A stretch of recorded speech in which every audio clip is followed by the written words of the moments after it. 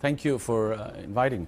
I think, look, copper is in short supply. It's a metal which is required for energy security, for electrification, but also for new technologies, AI, smart grids, and other requirements. So from that point of view, I think, it's got very strong fundamentals as we sort of go forward.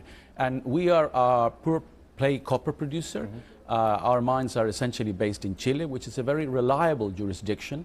And we are at a stage in which we're making some important investments to be able to deliver growth, around 30% growth, when this is finalized by 2027. So great commodity. I think the fundamentals are strong, both in terms of established uses and new uses.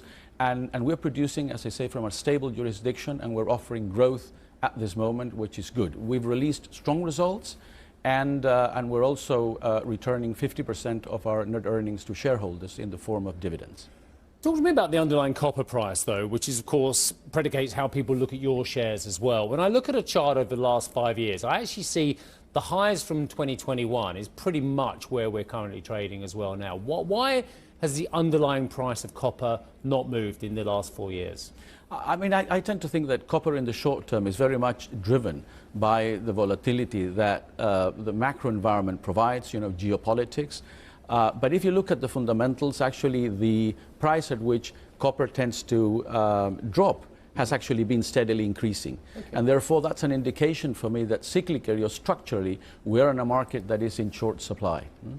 If you look at some of the distortions playing out in the market, again, you've got the differential between the CME and what you're seeing in the LME in terms of price action, and market thinks that tariffs could be coming, that copper, in fact, is, according to ING, next on Trump's tariff hit list. That is the concern.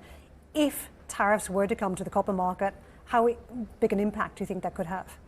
Well, I think there is an added uncertainty coming from, the tariffs that have been discussed. And I think that, considering this is a market which is constrained, puts another element of uncertainty in production. If you look at the arbitrage between COMEX and LME, as you were saying, the price has sort of increased in COMEX around 10%, which is what the market there will be factoring in as a tariff component. But we yet have to see. I think there is more uncertainty around this. If I think of Chile as the main copper producer, a very reliable trading partner to the US, the tariffs in Chile to US exports are actually very low, and there is a trade balance which is in favor of the US. So, we have to see what will happen. It's another element of uncertainty, but what the price is or the market is pricing today, as judged by COMEX, is about a 10% tariff at some point. Copper is seen as super important for future economies for all the reasons that you spelled out before. How big a national security issue do you think it's going to be for countries to have secure supply in future? I mean, I think it is important if you think beyond the established uses of copper around energy transition, it's energy security. So AI is quite important and significant, and therefore, I think it is important to secure, copper supply. It's an important element for the future, especially technology. I want to talk about that.